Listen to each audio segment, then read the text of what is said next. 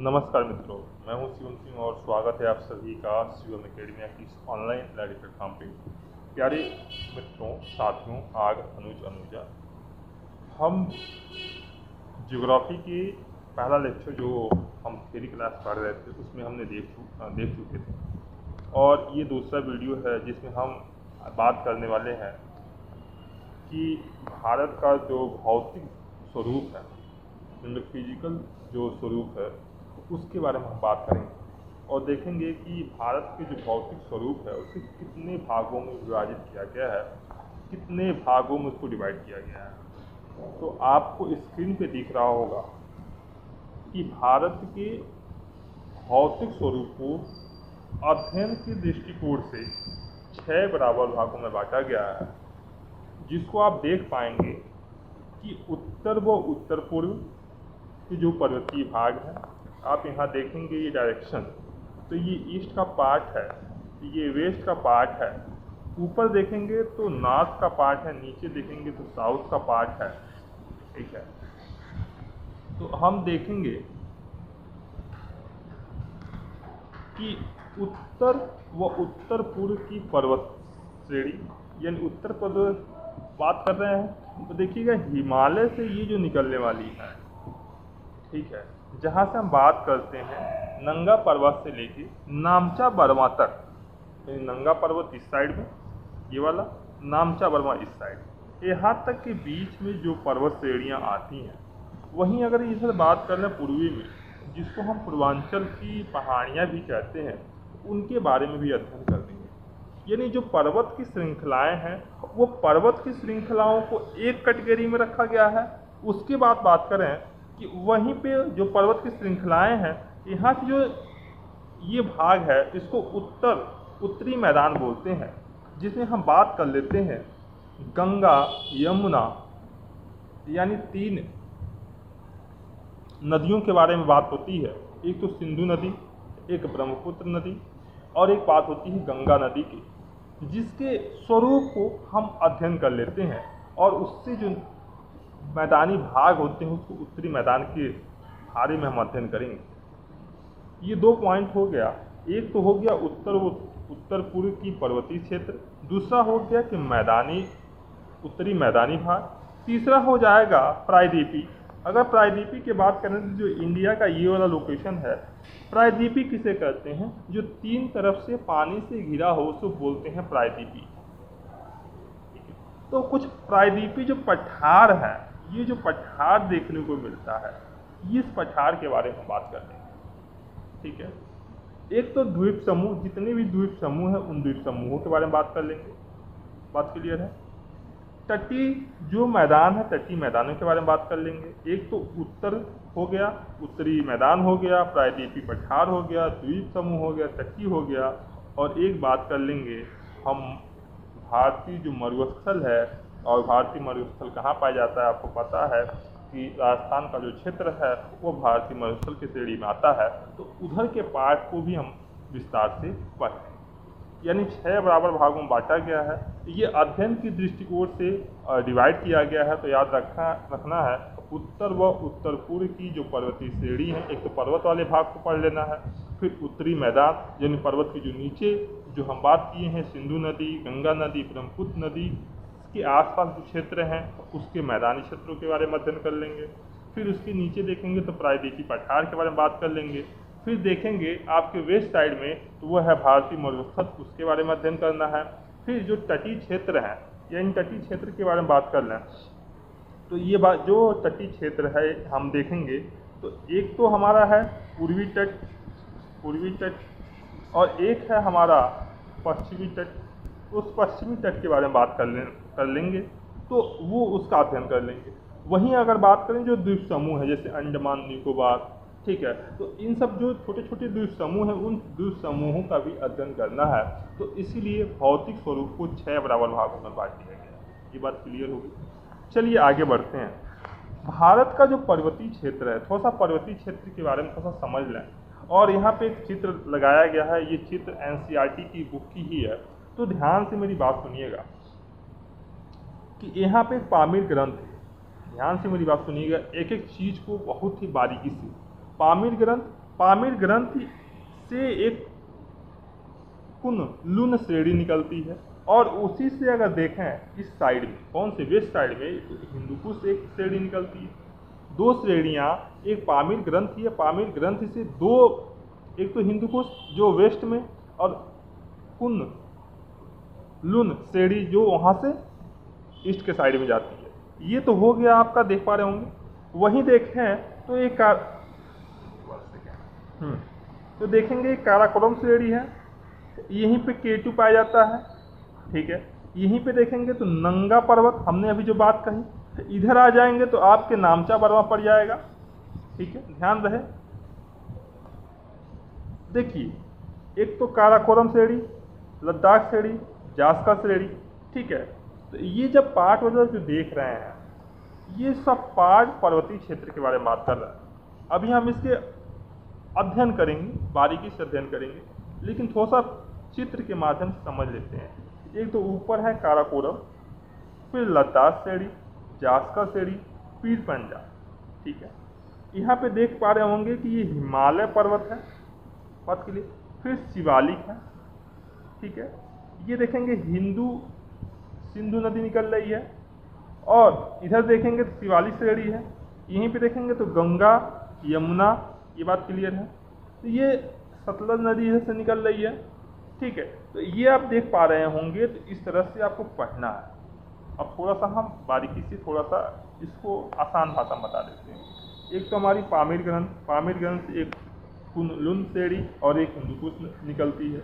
ऊपर देखेंगे तो हमारा काराकोरम, लद्दाख श्रेणी, जास्का श्रेणी, पीर पंजाल श्रेणी, शिवालिक श्रेणी। अब हम क्या करेंगे, इसको अध्ययन करने के लिए सबसे पहले महान हिमालय, मध्य हिमालय और शिवालिक हिमालय, तीन श्रेणियों में हिमालय को पढ़ते हैं और उसका अध्ययन करते हैं। तो चलिए अब आगे चलते हैं और देखते हैं।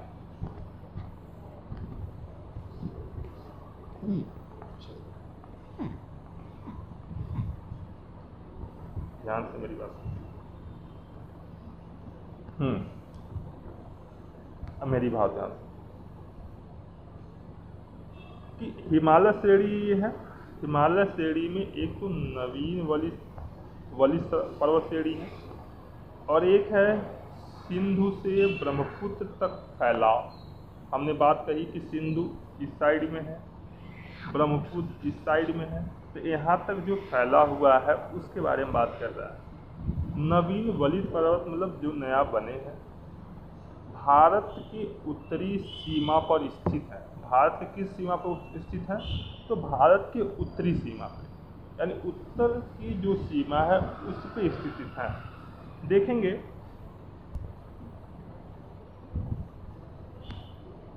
कि चौड़ाई कश्मीर में 400 किमी है और अरुणाचल प्रदेश में 150 किमी है। अगर हम बात करें ऐसे, ठीक है, तो ये कुछ इस तरह से दिखता है। अगर कहे कि कश्मीर चौड़ा है कहाँ से, अरुणाचल प्रदेश से, तो ये बात मान लेंगे। यानी कश्मीर में जो चौड़ाई है वो 400 किलोमीटर की है, वहीं अरुणाचल प्रदेश आते आते इसकी जो चौड़ाई होती है 150 होती है। हम कह सकते हैं कि कश्मीर में पहाड़ों की जो श्रृंखला है, जो उसकी चौड़ाई है वो ज़्यादा है, लेकिन अरुणाचल प्रदेश में इसका सकरा हो गया, 150 किलोमीटर की श्रेणी में हो गया। क्लियर है? ध्यान से मेरी बात सुनिए। इसकी लंबाई लगभग 3400 किलोमीटर है, 2400 किलोमीटर है, और विश्व की सबसे ऊंची पर्वत श्रेणी इसी में पाई जाती है। यही बात क्लियर है? चलिए आगे बढ़ते हैं। हमने कहा था कि हिमालय का उत्तर दक्षिण विभाजन अगर देखें, ठीक है, तो ध्यान से मेरी बात सुनिएगा। एक तो उत्तर, यानी ये उत्तर हो गया, और ये हो गया आपका दक्षिण। उत्तर में पहले ट्रांस हिमालय, ठीक है, उसके बाद महान हिमालय, महान हिमालय के बाद निम्न हिमालय, और फिर हमने बात कही कि बाह्य हिमालय या शिवालिक हिमालय। यानी इधर देखेंगे तो उधर मान लीजिएगा कि नॉर्थ है, इधर साउथ है। इस श्रेणी में सबसे पहले ऊपर ट्रांस हिमालय, फिर महान हिमालय, फिर निम्न हिमालय, फिर बाह्य या शिवालिक हिमालय के बारे में बात करेंगे। चलिए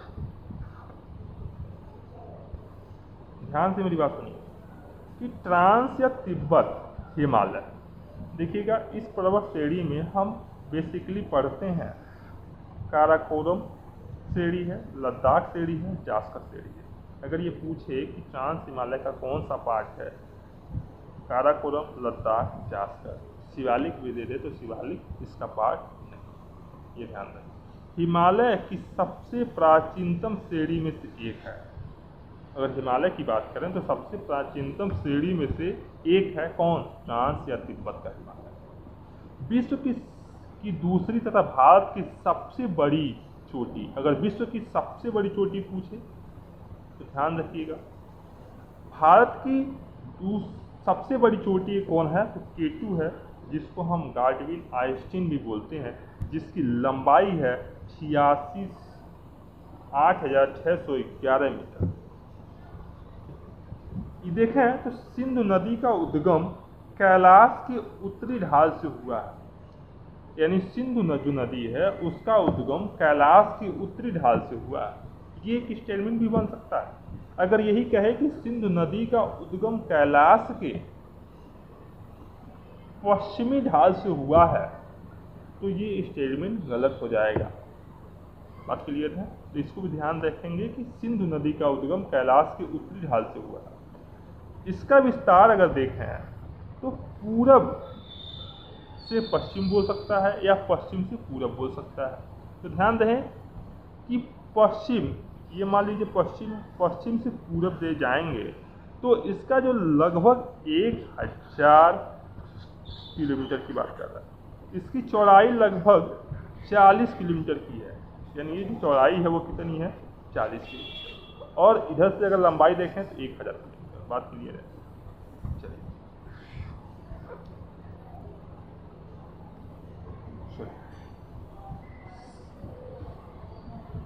सबसे अधिक सतत श्रृंखला, अगर इसकी लंबाई अगर देखें, सबसे पहले बात कर ली ट्रांस हिमालय की, अब उसके बाद बात करेंगे किसकी, महान हिमालय या आंतरिक हिमालय, जहाँ हिमाद्री जिसको बोलते। सबसे अधिक सतत श्रृंखला है ये, जिसका विस्तार लगभग 2400 किलोमीटर है, चौड़ाई 25 किलोमीटर है। ट्रांस हिमालय की चौड़ाई कितनी थी, 40 किलोमीटर, लंबाई कितनी थी भैया, 1000। ठीक है। वहीं अगर महान हिमालय की बात कर रहा है तो इसकी लंबाई 2400 है और इसकी चौड़ाई 25 किलोमीटर है। चलिए, इसकी जो प्रमुख चोटियाँ देखिए, माउंट एवरेस्ट जो सबसे हाईएस्ट है पूरे विश्व में, अगर सबसे बड़ी अगर चोटी कहा जाता है तो माउंट एवरेस्ट ही कहा जाता है। 8,800, 8,848 मीटर की है। नेपाल में स्थित विश्व की सबसे सर्वोत्तम चोटी है। दूसरे नंबर पे हमारा K2 आता है जो भारत में स्थित है। ठीक है। कंचनजंगा जिसकी लंबाई है आपकी मीटर में देखेंगे तो 85-98 मीटर है। बात क्लियर है? यानी सबसे बड़ी अगर चोटी पूछे तो माउंट एवरेस्ट है जो नेपाल में, दूसरे नंबर पे K2 है जो भारत में। इसकी जो औसत लंबाई है वो कितनी है, 6000 मीटर है। कोर ग्रेनाइट से निर्मित ये बना हुआ है। बात क्लियर है? चलिए आगे बढ़ो।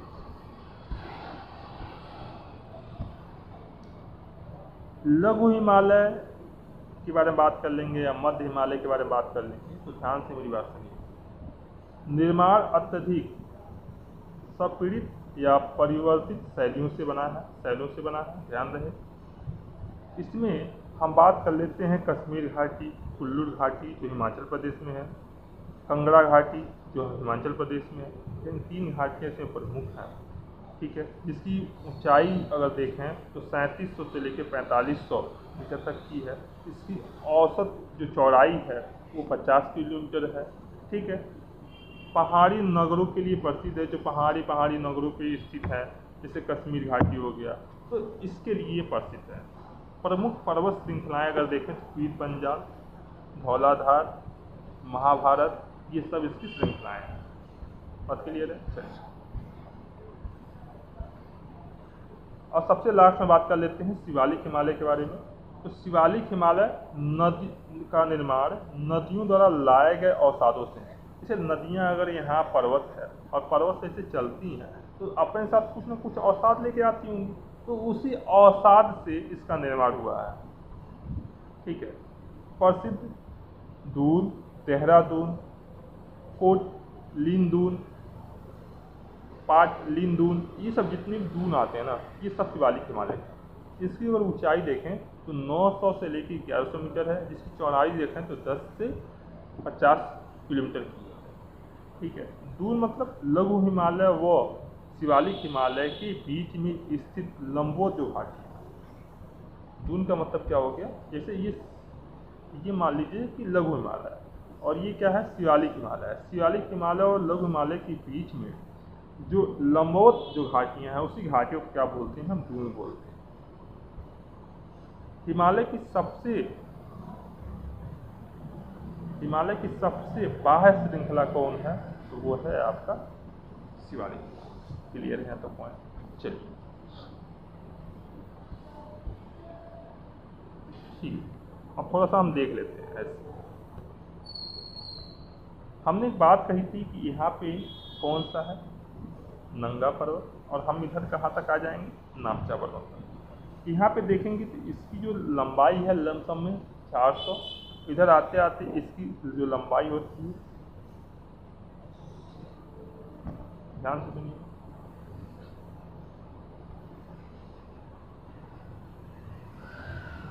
इसकी लंबाई आते आते क्या हो जाती है, कम हो जाती है। ये बातें ध्यान में रखना है।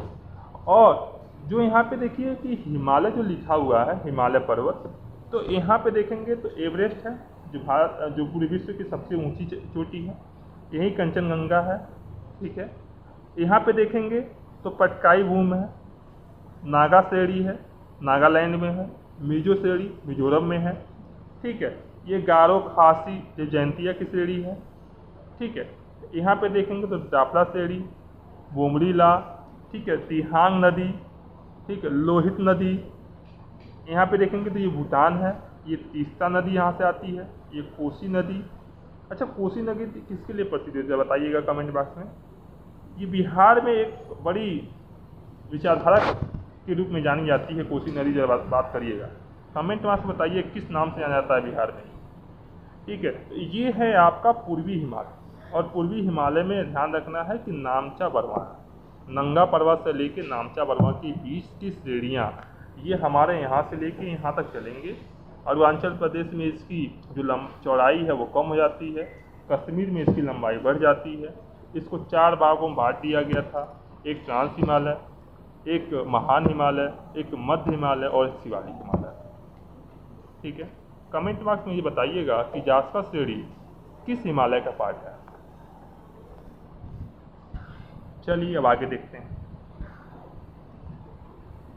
यहाँ पे कुछ इम्पॉर्टेंट चीज़ें बताने की कोशिश करूँगा, उसको ध्यान से सुनना है कि हिमालय का प्रादेशिक विभाजन किया गया है जो कि पश्चिम से पूर्व तक किया गया है। बात क्लियर है। जब भी आप कॉपी बनाएं तो ध्यान रहे कि ये पश्चिम का भाग है, ये पूर्व का भाग है। ठीक है। उस श्रेणी में ऐसे इसको डिवाइड किया गया है। ध्यान से मेरी बात सुनिए कि सिंधु और सतलज, अब थोड़ी सी मैं एक बना देता हूँ। ये मान लीजिए कि आपका सिंधु नदी,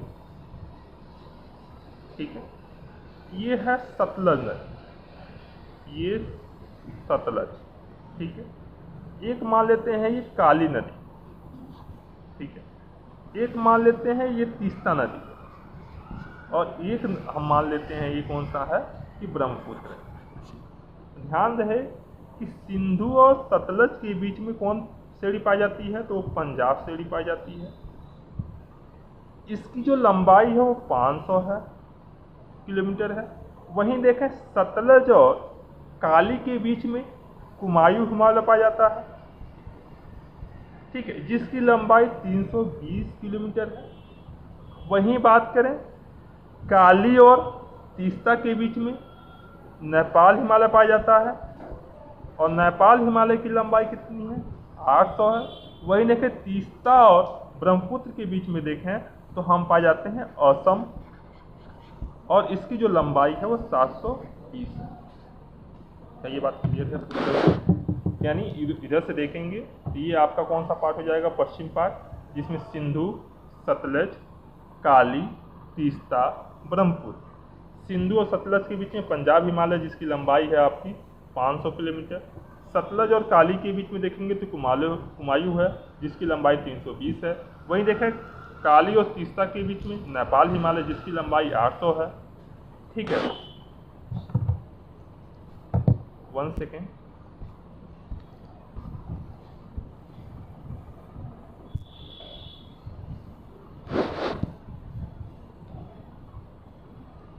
ठीक, आप देख पा रहे होंगे कि ये सारी चीज़ें हमने बात कर ली।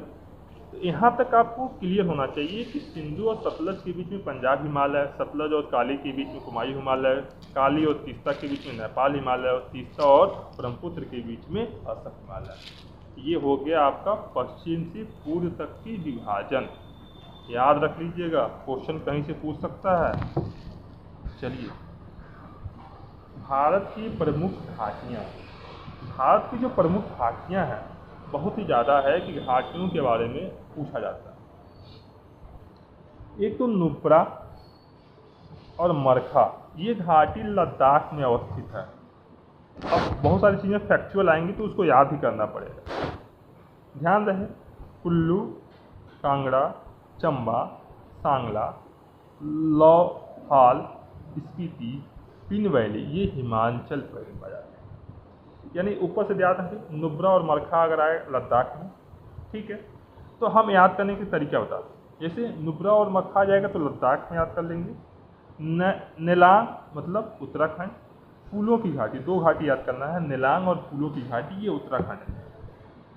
युथांग ये सिक्किम पाया जाता है। नेवरा ये पश्चिम बंगाल जो दार्जिलिंग का हिस्सा वहाँ पाया जाता है।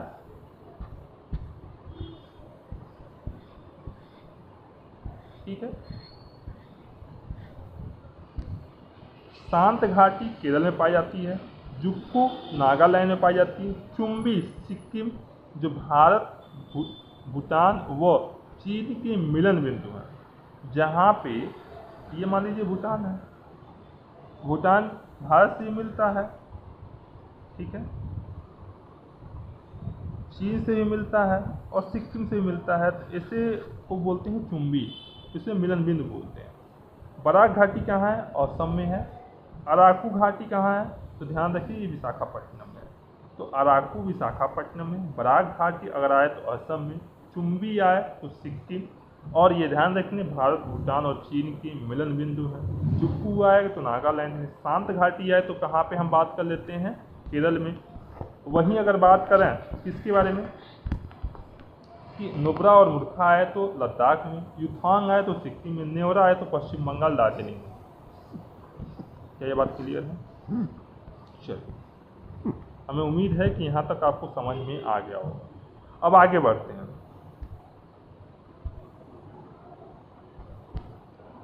देखिए, हिमाचल प्रदेश में एक तो बड़ा सीकरी, ध्यान रखिए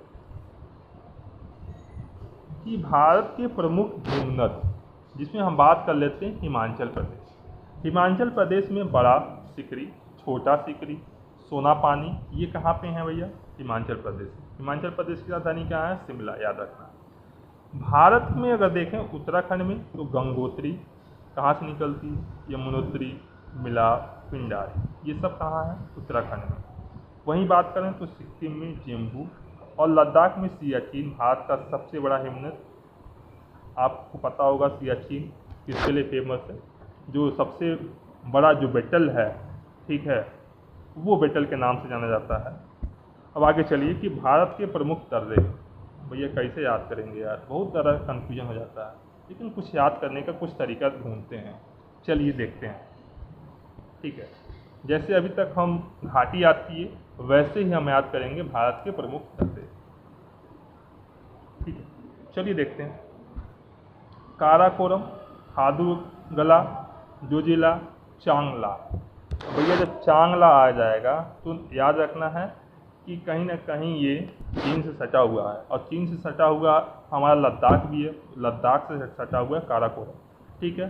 काराकोरम इसलिए कि हम ऊपर जब हम बात कर रहे थे भौतिक विभाजन के बारे में तो उस तरह से याद कर लेंगे, ठीक है। तो ध्यान रखिए, काराकोरम, हादुला, जोजिला, चौंग, ये कहाँ पे हैं? लद्दाख में, ठीक है। पीर पंजाल, बनिहाल, बुर्जिल ये जम्मू कश्मीर में है, ध्यान रहे। ये दर्रा कहाँ है? दर्रा क्या होता है? दो पहाड़ी के बीच में जो होता है उसको बोलते हैं दर्रा, जहाँ जाने का रास्ता हो जाएगा, ठीक है। सीप किला, क्या? सीप किला, बड़ा लाचा, रोहतांग, यांगी जीवान, डेमसा ये हिमाचल प्रदेश में है। माना, नीति, लिपुलेख, मुलिंग ये उत्तराखंड में है। नाथुला और जेलेब ये सिक्किम में है। ये बहुत ज़्यादा पूछा जाता है, मतलब अगर मेरे हिसाब से देखें तो ये वाला बहुत याद कर लीजिएगा। लिपुलेख दर्रा बहुत ज़्यादा पूछा जाता है जो उत्तराखंड में है, ठीक है। रोहतांग दर्रा पूछा जाता है जो हिमाचल प्रदेश में है, ठीक है। तो जहाँ जहाँ इंपॉर्टेंट होगा उसको तो कम से कम याद ही कर लीजिए, ठीक है। बोड डीला या डीफू, सेला, यांगयाप ये पांगसार ये कहाँ है? अरुणाचल प्रदेश में। चलिए, तुजू तुजू तुजू तुजू क्या भैया? तुजू कहाँ है? मणिपुर में। ध्यान रहे कि थाल घाट, भोर घाट ये महाराष्ट्र में है, और महाराष्ट्र में कहाँ? पश्चिमी घाट है। पश्चिमी घाट मतलब ये वाला पार्ट, ठीक है। तो थाल घाट अगर भोर घाट पूछे तो ये कहाँ है? महाराष्ट्र में है, पश्चिमी घाट में। पाल घाट, ध्यान रहे, पाल घाट ये केरल में है, और केरल के कहाँ है? पश्चिमी। यहाँ पे देखेंगे तो केरल है, और केरल के कहाँ है? पश्चिमी घाट। बात क्लियर है? ये तो हम बात कर लिए कि भारत का जो भौतिक विभाजन था, और भौतिक विभाजन का जो पहला हम बात किए थे कि हिमालय के जो पर्वत श्रेणियाँ हैं उस श्रेणियों के बारे में बात कर लिए। तो जितना इम्पोर्टेंट था वो सब इम्पोर्टेंट के बारे में बात कर ली। चलिए हम बात कर लेते हैं भारत का उत्तरी मैदान क्या क्या है, ठीक। तो ध्यान से मेरी बात सुनिएगा कि नदियों द्वारा लाए गए जो जलोढ़ निक्षेपण से जो निर्मित है, मैंने कहा ना कि जो नदियों द्वारा लाए गए जो अवसाद है, उसी अवसाद से जो निक्षेपण किया जाता है उसके निर्माण से जो मैदान बनती है उसको बोलते हैं नदियों द्वारा लाए गए, मैंने उत्तर भारत का मैदान बोलते हैं। इन नदियों द्वारा लाए गए जो अवसाद होते हैं उसका एक विस्तार रूप ले लेता है, तो वहाँ पे हम खेती करने के लिए आसानी से और उपजाऊ मिट्टी मिल जाती है, तो उसको बोलते हैं उत्तर का भारत का मैदान। जो तीन मतलब देखेंगे तो तीन तरीके से तीन नदियां हैं, हम ये भी देखेंगे कि सिंधु नदी, गंगा नदी, ब्रह्मपुत्र नदी की जो अवसाद लाए जाते हैं उसके निक्षेपण से निर्मित है, ठीक है। आगे चले, जलोढ़ निक्षेपण की अधिकतम गहराई 1000 से लेकर 2000 मीटर तक, मतलब 2 किलोमीटर के आसपास मान लीजिए, मतलब 1 किलोमीटर से लेकर 2 किलोमीटर तक, ठीक है। सघन जनसंख्या वाला क्षेत्र है ये, क्योंकि यहाँ उपजाऊ मिट्टी ज़्यादा मिल जाती है, एग्रीकल्चर प्रोडक्शन अच्छा हो जाता है, तो यहाँ पे जो सघन जनसंख्या का क्षेत्र भी मिल जाता है। इसका विस्तार लगभग देखें तो लगभग 7 लाख वर्ग किमी क्षेत्र पे हुआ है, अत्यधिक उपजाऊ है, हमने पहले ही बात करी। इसकी लंबाई अगर देखें तो 3200 किलोमीटर की है, ठीक है। उत्तर से दक्षिण का विभाजन देखें, ध्यान ये हम लिखते हैं अंग्रेजी में नॉर्थ और साउथ, तो देखेंगे पहला हो जाएगा भाबर, फिर तराई और फिर जलोढ़, ठीक है। ये ध्यान रखें। इसकी जो चौड़ाई है वो कितनी है? 150 से लेकर 300 किलोमीटर। बात क्लियर है? ध्यान रहे, अगर हम बात करें ये श्रेणियाँ ऐसे पाई जाती हैं, बात क्लियर है। इसकी लंबाई देखें तो 3200 किलोमीटर है, इसकी चौड़ाई देखें तो 150 से लेके 300 तक के पाए जाते हैं। ऊपर में भाबर, फिर तराई, फिर जलोढ़, ठीक है। सबसे अधिक उपजाऊ क्षेत्र है, जनसंख्या इसमें ज़्यादा क्षेत्र वाले हैं। इसका विस्तार लगभग 7 लाख वर्ग किलोमीटर के है। चलिए इतना याद रखना जरूरी था। अब ध्यान कि भाबर का जो क्षेत्र है, वो शिवालिक हिमालय की दक्षिणतम ढाल पे है। यानी जो शिवालिक हिमालय है, ये मान लीजिए शिवालिक हिमालय है, तो उसके दक्षिणतम जो ढाल है ना, तो उसी को बोलते हैं भाबर का क्षेत्र। बात क्लियर? ये कृषि योग्य नहीं है, क्योंकि जब नदियाँ चलती हैं तो अपने साथ बहुत सारे अवसाद लेके आती हैं। ठीक है, तो बहुत सारे पत्थर कंकड़ लेकर आएंगे, जिससे यहाँ पे भाबर का जो क्षेत्र है वहाँ कृषि मतलब नहीं हो सकता है। बात क्लियर है? कभी कभी नदियाँ इस पर क्षेत्र में विलुप्त हो जाती हैं, क्योंकि कंकड़ पत्थर आता है, और कंकड़ पत्थर आता है तो कंकड़ पत्थर के नीचे से पानी जो होता है वो बहता चला जाता है, तो पता ही नहीं चलता है कि नदी कहाँ बह रही है। ठीक है, इसलिए कभी कभी नदियाँ इस क्षेत्र में विलुप्त दिखाई देती हैं, लगता ही नहीं है कि यहाँ नदी कोई बह रही है, क्योंकि ऊपर से पत्थर कंकड़ सारी चीज़ें होती हैं। ठीक है, ये 8 से 10 किमी चौड़ी पट्टी भी होती है। ठीक है, नदियों द्वारा लाए गए गुटीला निक्षेपणों से निर्मित है, ये भी बात याद रखना है। चलिए आगे बढ़ते हैं। तराई का जो क्षेत्र होता है, उसमें जंगली व वन्य प्राणी क्षेत्र पाए जाते हैं। भाबर क्षेत्र के दक्षिण में, मैंने भाबर है उसके दक्षिण में ही पाए जाएंगे भैया, पहले ही हम डिसाइड कर चुके थे। ठीक है, नम व दलदली क्षेत्र पाए जाते हैं। ठीक है, और इसकी चौड़ाई लमसम में 10 किलोमीटर से लेकर 20 किलोमीटर में है। भाबर क्षेत्र में विलुप्त नदियाँ यहाँ प्रकट होती हैं। मैंने कहा कंकड़ पत्थर से जैसे उभरेंगी तो नदियाँ फिर दिखना स्टार्ट हो जाती है।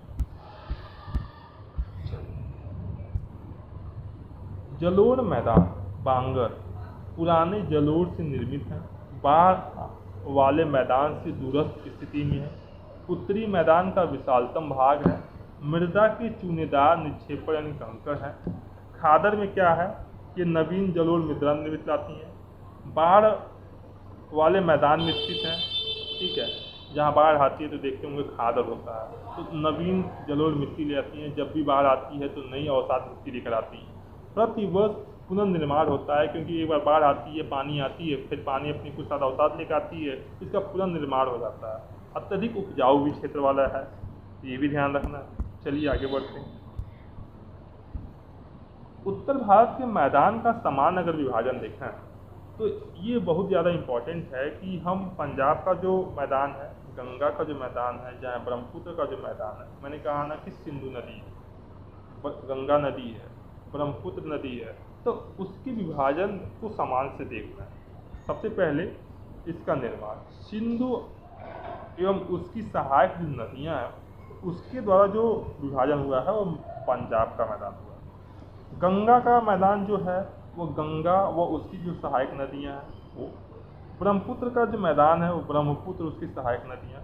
हमने 3 नदियों के पहले बात किया था, सिंधु, गंगा और ब्रह्मपुत्र। यानी उत्तर भारत का जो मैदान है वो 3 नदियाँ हैं, सिंधु और उसकी सहायक नदियाँ, गंगा और उसकी सहायक नदियाँ, ब्रह्मपुत्र उसका सहायक नदियाँ।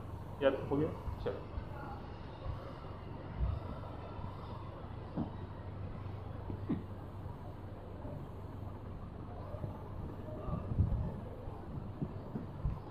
हाँ, पंजाब का अगर विस्तार देखें थोड़ा सा, तो पंजाब का अगर विस्तार देखें, पंजाब में एक घग्गर वो तीस्ता नदी के मध्य में है, जो हरियाणा, दिल्ली, उत्तर प्रदेश, बिहार, झारखंड वो पश्चिम बंगाल में है, विशेषकर असम में। ठीक है, तो ये ध्यान रखना है। यहाँ तक पॉइंट क्लियर है। अब आगे चलते हैं। तो ये हो गया आपका उत्तर भारत का मैदान। ठीक है, तो आज का वीडियो बस यहीं से। हम कल बात करेंगे कि प्रायद्वीपीय जो पठार है उसके बारे में हम कल बात करेंगे। ठीक है, कि प्रायद्वीपीय पठार क्या होता है, प्रायद्वीपीय पठार के बारे में कल बात करेंगे, और फिर ये कंटिन्यूअस सीरीज चलती रहेगी। ठीक है, अगर आपको ये इसका PDF चाहिए तो हमारे टेलीग्राम चैनल को जरूर ज्वाइन करें, वहाँ पे हम मिलते हैं। और जो लोग इस वीडियो को देख रहे हैं उसको अगर समझ में आ रही हैं तो चीज़ों को बताएं, और अपने दोस्तों तक ये बात ज़रूर शेयर करें कि यह चैनल अब रेगुलर बेस पे वीडियो आएंगे, हर सब्जेक्ट के आएंगे, खास करके जीएस से, तो आप इसको फॉलो करें। Thank you so much.